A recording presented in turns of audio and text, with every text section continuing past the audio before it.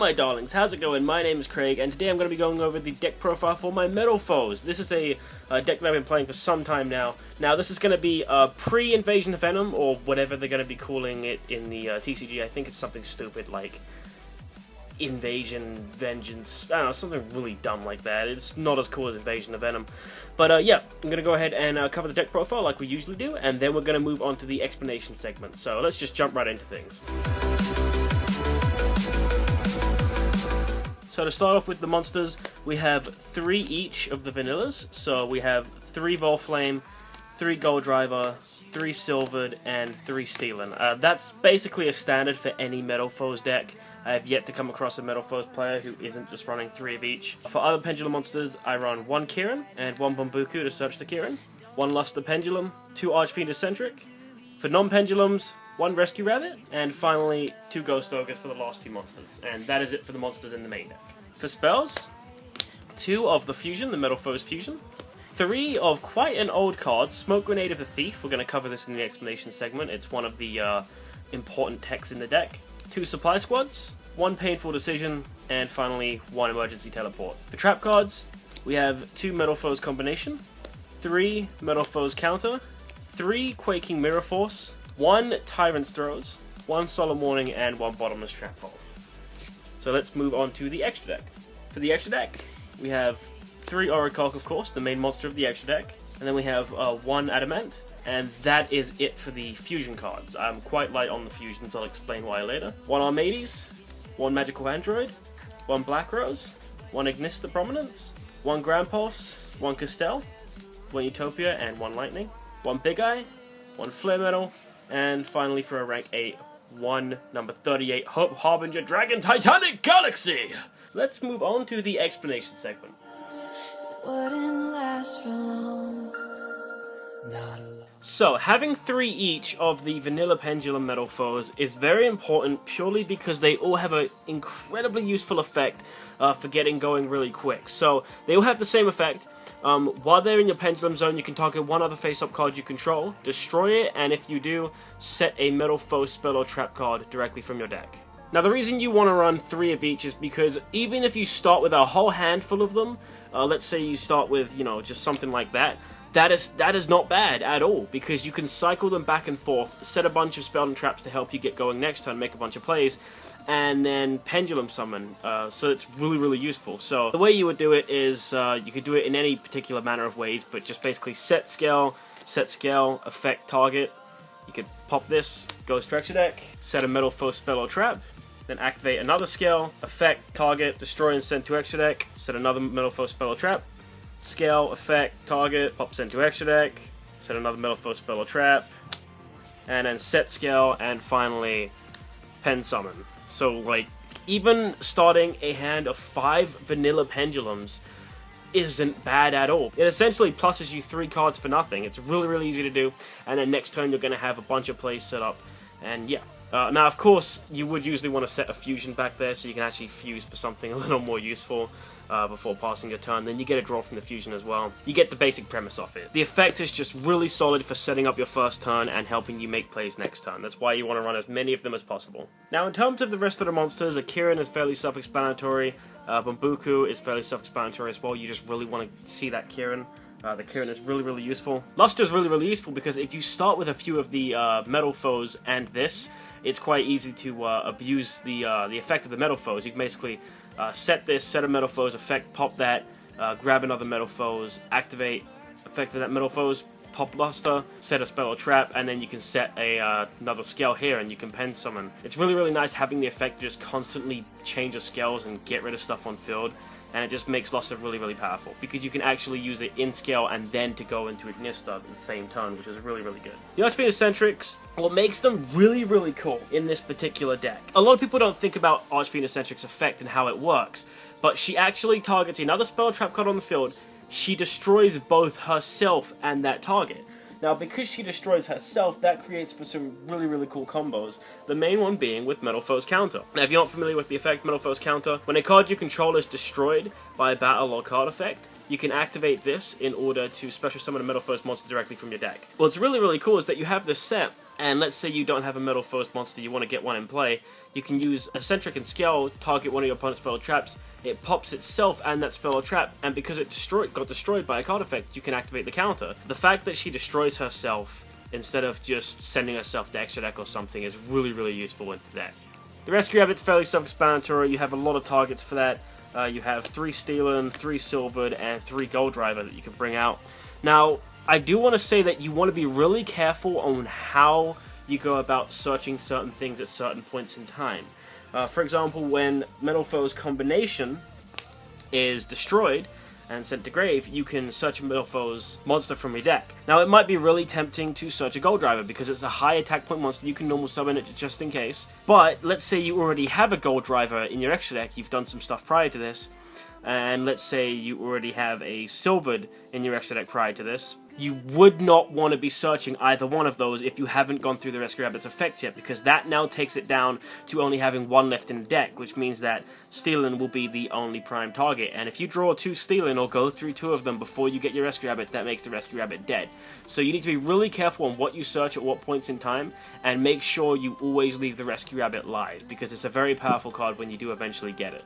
The Ghost Ogres are, of course, quite synergetic with the deck. I think that's a word.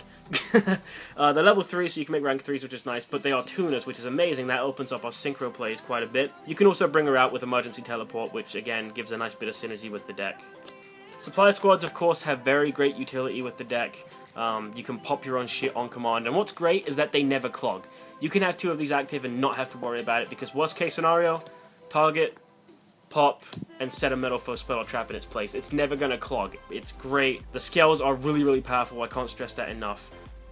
Finally, for the spells, I want to talk about the Smoke Grenades of the Thief. This is by far my favorite tech. You can tell by the fact that I'm running 3 of it. So, it's an equipped spell card. When it's equipped to a monster, it does both jack and shit. It does nothing to the monster. However, if this, the wording is really old on this, but I'll try to modernize it. Essentially, if this face-up equipped spell card while active and equipped to a monster is destroyed by a card effect and sent to the graveyard, you can look at your opponent's hand and discard 1 card from their hand. That is absolutely amazing. Now, a lot of you have probably spotted it, but if you haven't, the main way of getting this off, of course, is by using any one of your skills, activating it, make sure this is on your monster. Now, of course, if you don't have a monster, you can just throw it on one of your opponent's monsters. There's no reason why you can't. It doesn't have a limitation or anything. You can simply use a scale to pop this, set a Metalfoes spell trap, and then this activates. And look at your opponent's hand, and take a card from their hand. You get perfect information, and you get to take a card away from them. That's why I'm running 3, because if I go first, I want to see this card, even if I go second.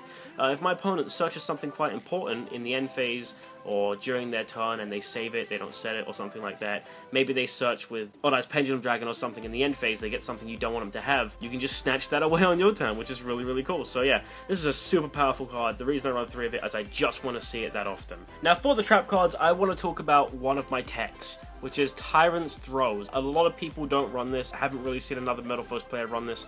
I think a lot of people just think it's gimmicky, but this card, every time I've gotten it, has been live, and it has won me the game. If you're not familiar with Tyrant's Throes, it's a continuous trap card. You activate it by attributing 2 normal monsters for cost. While it's active on the field, neither player can normal or special summon effect monsters. That is super powerful, and tributing 2 normal monsters is absolutely no feat in the deck. It's quite easy to do. It's usually always something available for you to do. It's just really, really powerful, and I would consider running it at 2 to see it more often. If I didn't get as lucky with it as I do now, I get quite lucky with it. I see it very, very often, so I don't need to really run 2, but it is an incredibly powerful card, and yeah, I would absolutely recommend trying it out. Any Metalfoes player out there, if you're looking to play Metalfoes, or you already play them and you haven't tried this card, definitely give it a shot. It locks your opponent out without locking you out, and worst case scenario, use a scale to pop it and set a Metalfoes spell or trap, and now you can summon effect monsters. Now, the 3 Quaking Mirror Force is quite self-explanatory, but for those of you who don't know the effects of Metalfoes Orichalk, the sort of big bad boss monster right now for the extra deck, he gives all of your Metalfoes double piercing damage. That's insane. A lot of people are reluctant to run it in a lot of decks because it still leaves monsters on your opponent's side of the field, but in this particular case, you do so much fucking damage with your Metalfoes when you have Orichalk out that doing this is essentially a game winner. If your opponent has 3, 4, or even 5 monsters and you just flip them all down, that's basically game over. If they pass turn at that point, they don't have anything to stop you, you just go for Orichalk, Pendulum Summon a few Metalfoes, and just do a fuck ton of damage for game. It's a really easy win condition if your opponent walks right into it. for the fusion monsters, I did mention that I only run the 3 Orichalk and 1 Adamant. I don't see a reason to run Cardinal. I don't run the Field Spell or anything, so I don't need a really big beater that's just immune to everything. This works fine for me. Adamant allows me to get off certain plays quite easily. If I just need to do something kind of janky, fuse with something that I just want to get out of the way, maybe I just want to get my fusion engraved for a draw to try and advance my game state or something, Adamant's just a way of helping me do that. But Orichalk is, of course, the star of the show here. Doing that double piercing damage is absolutely ridiculous. He also has another effect where if he's sent from the field to the graveyard, you can target a card on the field and pop it, which is really, really good. But the main reason is that double piercing damage. That is just absolutely insane. As far as everything else in the extra deck goes, our Mateys is fairly self-explanatory, really easy to make. Magical Android is kind of gimmicky, and by kind of gimmicky I mean really gimmicky. I mainly run it because I like the card. Probably shouldn't, probably should play something else. It is kind of nice. If you have this and 4 Metalfoes or something during the end phase, I think you get something like 3,100, I think it's 600 for each. Yeah, so you actually get a, what is that, so 24, you get 3k exact I think. So that's really, really cool. Black Rose is self-explanatory. Again, Gold Driver and Ghost Ogre, of course, make that. Ignista, really easy to make. Exceeds-wise, Grand Pulse, again, simple, self-explanatory. You have 2 Ghost Ogres and the 3 Silvered, so you can make this quite easily. And Babuku is a 3 as well. Gastel, shuffling stuff is useful. Utopia and Lightning, great out to a lot of things nowadays. Big Eye, you can make with 2 Volflame. And you might think, well, you only have 3 level 7s. How often does it really come up? Quite often, actually. You really want to go for Big Eye? You can. There's no reason why you can't. With the counters and combinations and the fact that they're all pendulums, it just makes it really easy to make a rank 7 on command. Flare Metal, because I like Flare Metal. You can probably just take it out, put something else in, but I do like running Flare Metal. And the Titanic Galaxy is actually quite easy to make. I've done it a fair few times first turn. The easiest way to do it is with a Orichalk and Ignista. Now, using your 1 Ignista right away obviously is a little iffy, but if you really need to make it, then it's quite easy to do. You could also use 2 Orichalk if you really wanted to, but these 2 generally overlaid are the main way of making it. So let's go ahead and move on to the test hands now.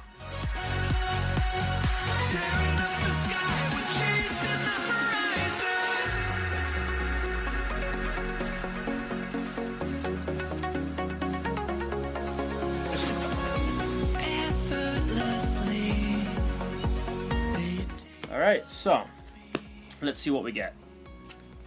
So we have Stealing, Smoke Grenade, Volflame. Already the Smoke Grenade is live, which is excellent.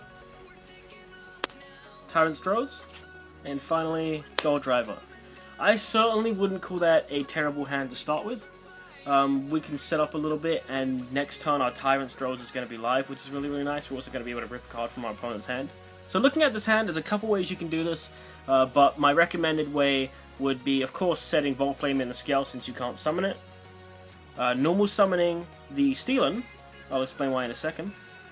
Equipping the Stealing with the Smoke Grenade, using Volflame on the Smoke Grenade to pop it. I probably would set either counter or combination, that's quite obvious. Which one is debatable? I think they're both quite valid. I'd go for the combination personally. You then get the effect of your Smoke Grenade, taking a card away from your opponent. They only start with 5 cards, which is really, really good. Now, here's the reason why I saved the Gold Driver for the scale, because there's a scale 1, so we can actually set it and get an extra card by using its effect to pop the Stealing. That goes face-up in the extra deck. So we can set a counter along with our combination. That's really, really useful. So we can actually have both. Then we can go ahead and pen summon for 1. Throw Stealing in defense, has 2100 ass, which is actually pretty damn good. We can set our Tyrant Throws, and next turn our Tyrant Throws is going to be live, which is really useful. So that's not a terrible starting hand. We plussed 1 card, and we took a card away from our opponent, which is really, really good. And we set ourselves up for next turn decently well. So if we were to go next turn, we would get a supply squad, which is actually really good, because if this survived, we can activate it, pop it with the scale, get a draw, get a set, and get a counters effect, and we can just do a whole bunch of really cool stuff. So definitely not a bad starting hand by any stretch of the imagination. I would definitely call that a decent starting hand.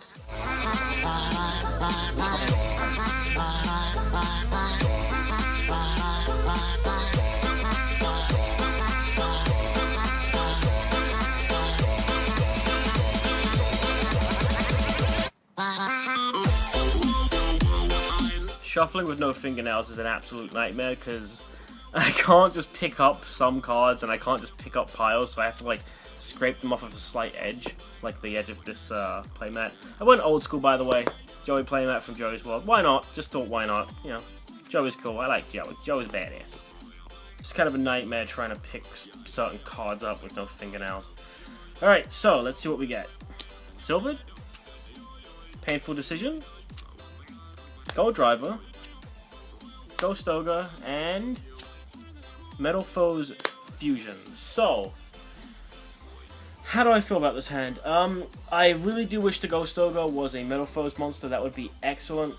But we can do some stuff with what we have, but it's not very good. Certainly nothing compared to our last hand. So we have 2 scale 1s right now, so we're going to want to search a scale 8 with the Painful Decision. So let's use that. We only really have one choice in this case, which is Stealing. So we send a Stealing to the graveyard and add a Stealing to our hand. So now we have a scale 1 and a scale 8. I would probably normal summon the Gold Driver, use Stealing in the scale, effect to pop the Gold Driver, put it in the extra deck, and set most likely a combination or counter. Again, like I said before, it's really relative. I really do like setting a combination because that essentially means that if I draw any scale, I can flip this, use that scale to pop it, get another scale. So that's really, really useful. And we're of course going to set our Silvered in the other scale. So we have 1 and 8. So that lets us pen summon.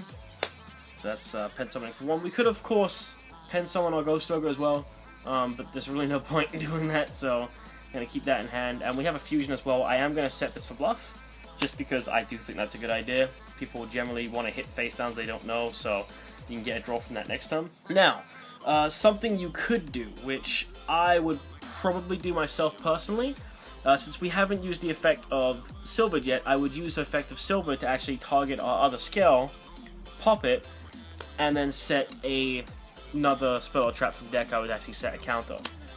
The reason I want to do that is because that just sets us up for next turn. It makes it so that our opponent is, wary of the counter, because if they trigger that, they have to deal with a Volflame, which is a 24 beat stick. So, yeah, generally that's probably the better line of play than just leaving your scales, in my opinion. Because next turn you can just flip the combination, use this to pop the combination. Combination goes to grave, set something, search another scale combination, and go off like crazy. So I definitely would say it's a better line of play. And we have the Ghost Ogre in hand for interruption, which is really nice. Now if we were to draw for next turn, Tyrant's Crows.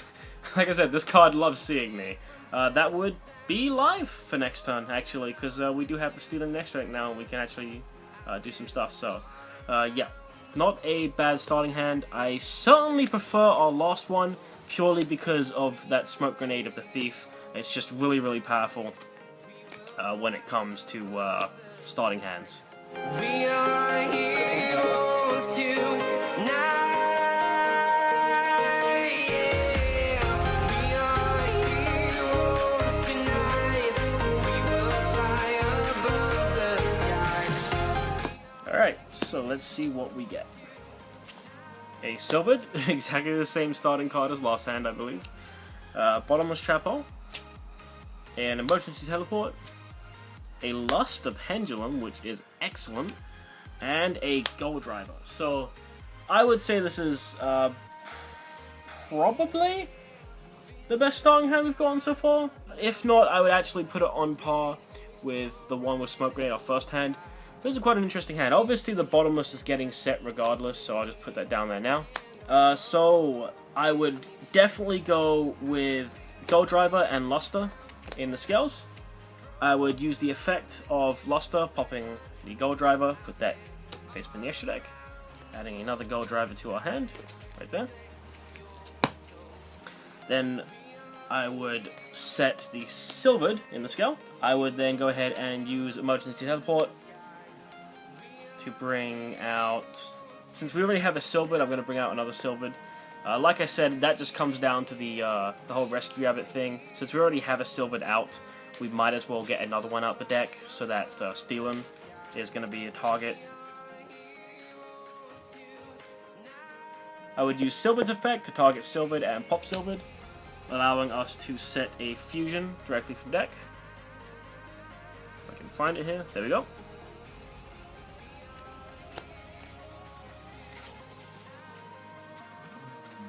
I'd go ahead and pen summon. Now, whether or not you want to pen summon this from hand is really up to you. We haven't normal summoned yet. I'm actually going to choose to keep that in hand for next turn. Since this is our first turn, we can actually pen for these two. Go ahead and activate the fusion. Fusing R2 for Orichalk. Now, of course, once we get our Invasion of Venom support, oh god, first turns are going to be so much better for Metalfoes. But as of right now, Orichalk's our best bet. I would probably throw it in defense, purely because I'd rather them Castell it than Honor Rocket. Then we can use the effect of our fusion in the graveyard to shuffle it in and draw a card. Now, it does kind of suck that we have to pen summon before getting this draw, because if we draw something like a Kieran, we can't really pen it now. We'd have to tribute the Orichalk normal summoning it, which, if you do think you're going to draw a Kieran, and you want to pen summon that Gold Driver along with the other two, just in case you can tribute the Gold Driver, that's fine. But I chose to keep it in hand, just because I don't want to, rely on that 1 in 30-something chance of drawing the Kieran. Drawing Metalfoes counter, so we can go ahead and set that. So that's our ending field. We have these two in the extra deck, and we have Gold Driver in hand. So I certainly wouldn't say a bad starting hand. I would probably put that on par with our first hand. And what's really cool is we still have this in scale, so we of course can use the effect of this next turn, get our last Silvered in the hand, and yeah, I definitely would say a bad start. Let's just check what our next card is, I suppose. Quaking Mirror Force, which isn't terrible. Definitely a good card to have. So yeah, I would say that's definitely tied with the first hand for our best hand. So I would definitely say that overall the first hand we got was probably the best hand, purely because of the Smoke Grenade. Just ripping a card from your opponent like that is so good. But anyway, thanks for watching, guys. I really appreciate it. I hope you enjoyed this deck profile. I'm trying to streamline the explanation segments as much as I can. Hope they're not too long or anything like that. I really appreciate all the support I've been getting lately. I'm getting really close to 100 subscribers, and I'm going to have something quite cool for 100 subscribers for my special, so look forward to that. Anyway, guys, thank you so much for watching. I really appreciate it. Take care and do on.